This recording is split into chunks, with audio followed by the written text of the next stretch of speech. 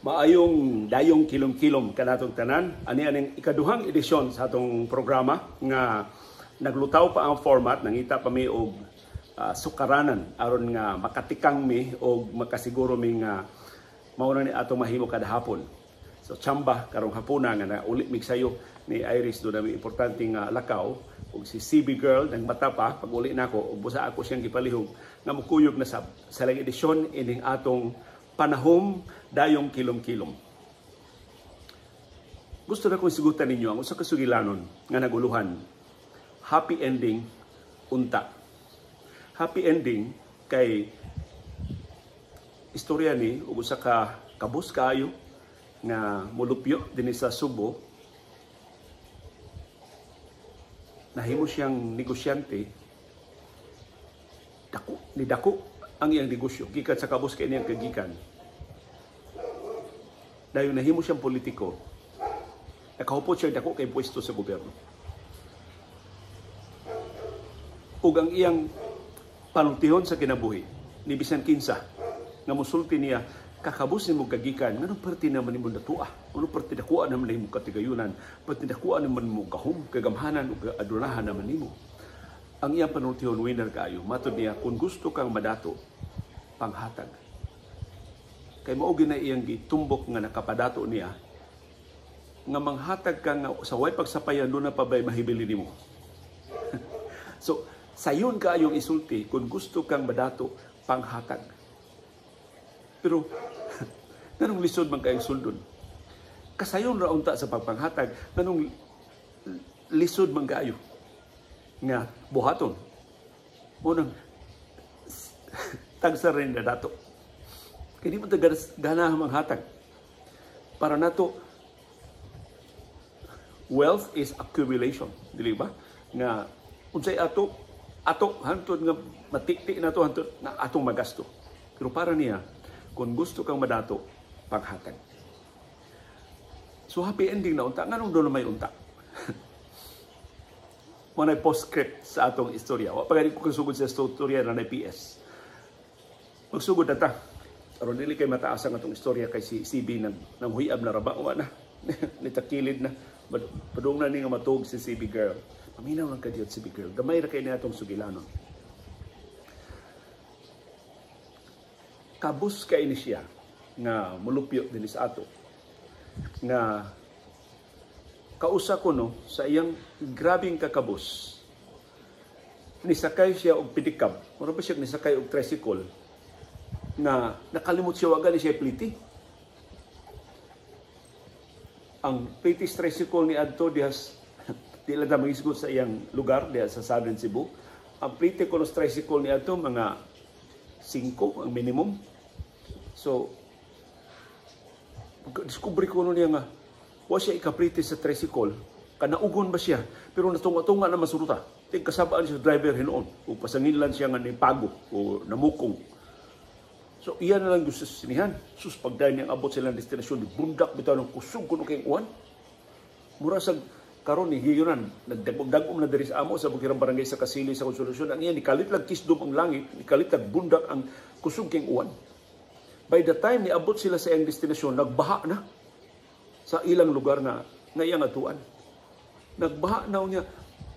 Wa na magkanimao, nag-aliwaros ng iyang gibati. Unsaon niya pagpasabot sa driver nga utangon ba lang niya. Unya na lang niya bayaran kung doon na siya makita dito sa merkado. Kay doon na siya ginagmay ng mga kanang tikdul-tikdul ba na panginabuhi. Pero wag siya ideya. Wag siya ideya, makapauli pa ba siya kay mahimong ibaktas pero nagbaha, nag-uwan sa ilang lugar. Sus pag hunong nagigunos tricycle, pagdayon na natikang pakanaog, iba mo siya nakitaan, ianod sa baha, 20 pesos. Uso pang 20 pesos niya, dako pa kayo ng 20 pesos niya itong kigayuna. 20 pesos ang iyang nakitaan, so iyang gisakdap sa iyang kamot, gidiretso niya tunol sa driver's pedicab. Wa siya mangayo og sukli. Ambot unsay nagsugo nga gahom, unsay nag-aghat niya, wa siya kwarta, 20 pesos ang iya nakitaan, 5 pesos replete, wa siya mangayo og sukli. Ug ang iya daghan kuno kay sunod-sunod nga mga insidente CB. Nami bisita niya si CB, gusto niyang awawon. Don't, okay? Mao kuno ti sugdanan sunod-sunod sa sunod-sunod nga mga insidente nga iyang mabantayan, manghatagan siya ang mabalik niya mas daghan pa. Sukad ni adto ang iyang panultihon sa kinabuhi. Kung gusto kang mo haruhay, panghatag. So bisan unsa kuno nga iyang makitaan, na doon na siya masugatan nga mas nagkinahanglan pa niya, iyang hatagan. Way po panagana, doon na pa may mahibilin niya. Lakturo na lang nato ning iyang sugilanon. Tuod siya nahot, pero daghan kay siyang ideya. Kung saan na nakahigayon, naka-ideya siya og tambal, di lang ito sigutan sa sakita ang iyang natambalan, pero di siya doktor, di siya scientist, pero doon na pala siya ideya nga para niya, kung mauni akong buhaton, matambalan di tayo ng sakita. Kaya daghan kay siya mga silingan nga sakit ana. Dili sakit nga makamatay, sakit ba nga minor lang nga ailment, pero makahasol pag-ayo sa mga mulupyo, sa iyang mga silingan. Sus, pag primero iya ko nung gisoyan ang tambal, unsa man na Mar? Ang empanada. Ang empanada. O nabayran naman na Mar. Na si Carrie? Wala ni naong. Sus na among empanada bingbing. At agi ramig empanada diri Mar, among nanay empanada ni abot gikan sa Bugo Mar. Midillion. Midillion. Gikan sa Midillion Come here, Eric, Ages. Oh my goodness, you're there? Yes. Ang sus na ng empanada sa Midillion Sip. I have to arrange that so that I can give it from mom. Okay. So, hindi lang mo na tamang ang empanada siya ba? Hindi mo tapakanon ni Doktora. Iya pa man ko nung i-arrange. Si CBO na gusto na mo pasayluahan na balda nga itong istorya. So, by the way, kini atong background, makita niyo sa Iris o si Marisa, ang kusina ning Dr. Iris, ang atong background. So, tanang kalihukan nila kusina, makita na to. So, ayun na silang baliha. Kanila atong istorya, may atong sentro sa atong atensyon. So mo to iya, nakadiscover siya og tambal sa usa ka mga ordinaryo kay sakit na pagsuway gisugdan ko ron sa mga sakop siyang pamilya, epektibo man ang tambal. Maayo man gyud. Unya ka na bang unsa man to kay kun ako isulti ang tambal, mailhan ninyo kinsa ni siya.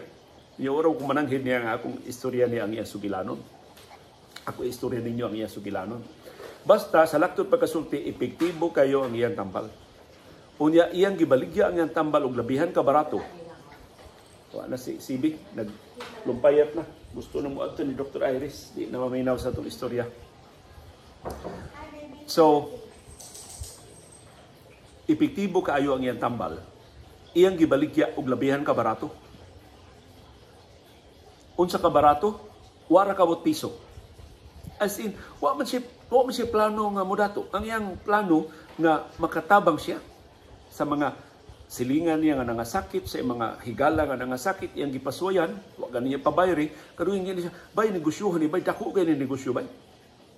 Pero, bisan pa ana, wa siya iya lang gibutang gamay kayong grapa, kanang buot man lang siya grapa, kanang batik kayong packaging, kanang pag inato, radyo kayong packaging, niya iyang baligya, less than 1 peso. Kada gamay nga botilya sa iyang tambal. Ni-hit man na. Ni-click man na ang iyang tambal. Bisan sa kabarato, tanang mga butika, mauna man manawag niya.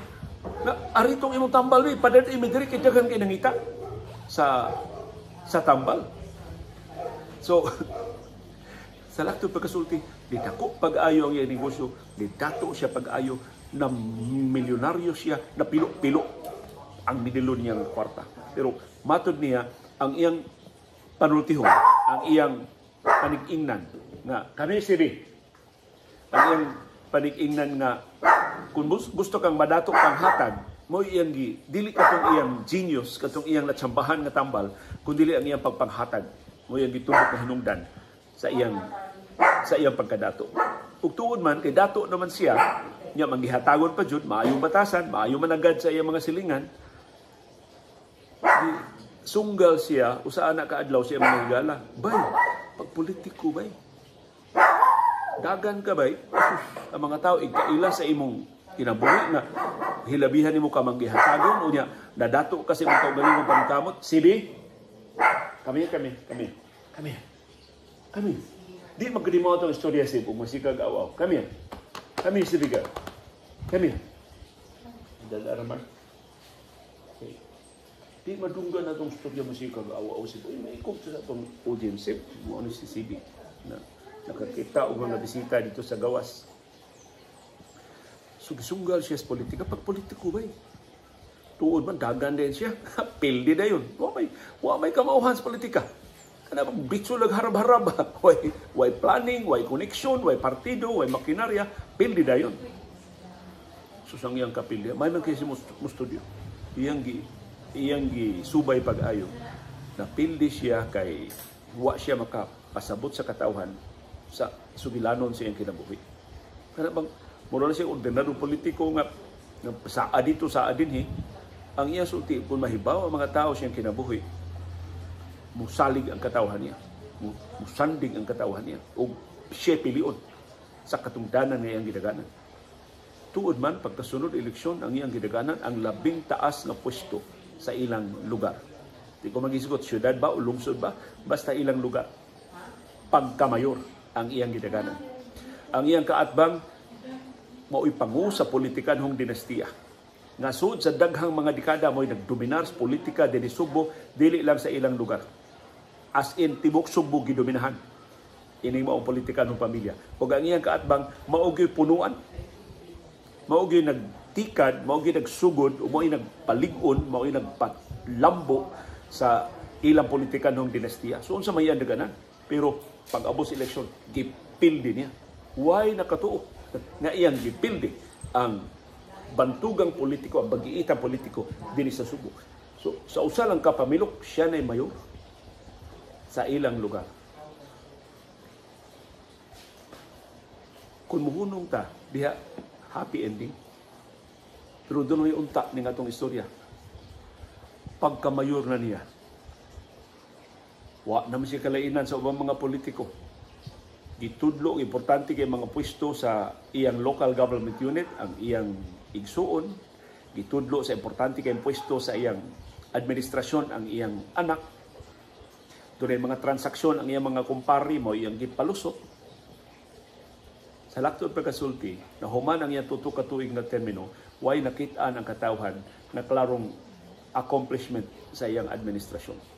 Gipasangilan hinon siya og nepotismo, gipasangilan siya og pangrakot, gipasangilan siya nga nagpahimo sa gahom. Daghan kay mga kaso gipasaka batok nila sa buhatan sa ombudsman. Pagkasunod eleksyon, siya may incumbent, gipildi siya. Nahibalik ang politikanong dinastiya. Paabuta iyang gipukan, nahibalik sa gahom. So, sa may nahitabo, sa samang tao nga ni ingon na kung gusto kang madato panghatag, na nung nahimo man siyang politiko, nga way kalainan sa mga trapo na iyang gustong pulihan sa pwesto. Sakto ba ang panutihon sa atong katiguangan na maayo lang ka na magtanaw gikan sa gawas. Pero kung ikaw na makatungtong sa imong og pwesto, mausab-sab ang imong panghuna-huna. Mao ba ni nahitabo?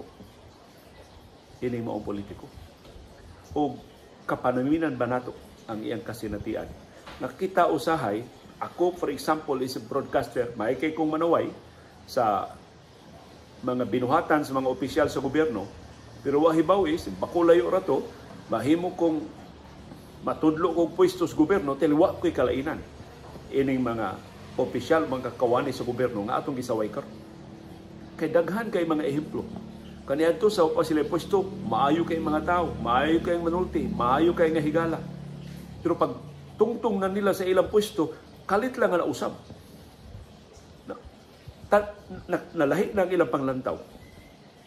Ang ilang pagkamaayong tao, nakalimtan na nila. Ang maayo nilang pamatasan, gisalindot na nila. O gipulihan na sila mga dunot nga taras. ug wa na sila managana pagpahimos sa ilang gahom, pagpahimos sa ilang katungdanan, pagpalambo sa ilang personal nga mga interes. Mao ba ni ang tentasyon natong tanan? May lang ta manulti kung wa pa, pero kung kita na say naa sa gahom, utro pasabtang badlungon, utro pasabtang mapahimuslanon. So unsa may nawa ining negosyante o politiko nga mo'y unod, mo'y sentro sa tong sugilanon karong hapuna.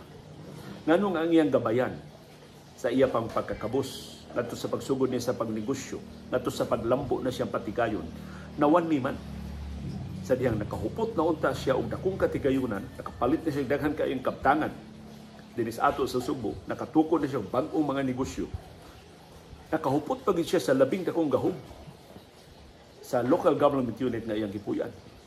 Na kung iya pang gigamit ang maong posisyon, dako kay siya matabang ngadto sa katawhan. Unsa may usab? Doon ba bakukang ang gahom? Kaya kung makatungtong na kagkatungdanan mo, likoy ang imong panglantaw sa kinabuhi, makalimtan nimo imong maayo kay mga gipanulti sa diha pa ka sa gawas. Pero ikaw na naas pwesto, mahubog na sab ka sa gahom. Tinuod ba na makahubog ang gahom? Pero usan niya kahigala nga akong na istorya, akong gipangutana ining tanan ako nga mga pangutana. Ingon siya, iya sa ding gipangutana nga to siyang higala kadtong kining atong politiko o negosyante nga unod sa tusugilanon. Hibaw mo sa iyang tubag. Siya maunay akong panghuna-huna sa day 1, sa day 2, sa day 3. Maybe sa pipila ka semana nga diha siya sa katungdanan. Until he realized, wa siya mahimo. Di siya kapatuman o mga proyekto, kundi siya makikchuwawap sa mga kongresista o sa mga senador. Kundi siya makikonsabo sa dagko nga mga kontraktor, sa dagko nga mga negosyante. So, para niya, o magtinarong siya, mabugha siya sa pwesto, wa siya mahimo. So, ang iyan ang gihimo, ni paundayo na lang hinuon siya sa sistema. Sa pinulungan pa sa mga aktivista, nagpalamoy siya sa sistema. So para niya, wa man ko'y mahimo, magpahimus na lang ko sa akong pwesto. Kapait. Kung mo ni dangatan sa labing tarong, sa labing ligdong na katawhan. Na kung makuha na nila ang ilang politika nung gahom, kung makatungtong na sila sa ilang gitinguha ng mga pwesto, ilang ma-realize nga wa sila mahimo kung magpadayon sa pagpatunhay sa ilang kaligdong, sa ilang mga prinsipyo sa kinabuhi. Na aron sila mo survive, kinahanglan sila mo duwa, kinahanglan sila mo kuyog, kinahanglan sila mo layak sa panuuban sa panon, sa pagpahimus sa katungdanan. Kung sa may kaugmaon ining nasura. Kung bisan ang labing ligdong, ang labing tarong, ug ang labing takos sa atong mga leader, lamyon ragihapon sa kalangog sa politikanong oportunismo, sa tentasyon sa pagpahimus, ug sa kadangog sa aghat sa pagpaburot sa atong kaugalingon, sa atong personal nga mga interest at the expense of the taxpayers, at the expense of the people. So I think usahay kutobratas panaway, sayon kayo ang pagpanaway, sayon kayo pagpangitag depekto, sayon kayo pag-ingon, wa mo makatuman sa mga lagda sa kaligdong, wa mo katuman sa batakan nga mga panginahanglan sa katarong, inyong kipahimuslan ng inyong katungdanan. Pero si CB Wagwasad ganahay sa akong ginugusan niya, ato bagang na-realize, unsa kadako ang tentasyon ini mga tawhana. Pero bisag unsa pa kadako ang tentasyon, bisag unsa pa ka makapapugwat sa ilang realization na ang ilang idealism, dili makapatuman sila mga proyekto, dili makapatuman sila mga pangagdoy, para nako inexcusable gihapon na. Nga imo na lang paundayunan ang sitwasyon. Nga imo na lang pahimuslan ang imong katungdanan. Nga imong sambuhaton ang mga binuhatan nga imong gisaway sa una sa ikaw pa'y naa sa gawas. But maybe ang kini nga realization aghat nato sa pagpamalandong dili ingonan akasayon. Ang paghupot og politika ng gahom ug ang pagpabilin sa gahom nga dili ka maapektuhan sa mga tentasyon, sa mga pribilehiyo, sa mga kapritso, sa mga pwesto sa gobyerno. Og tingali,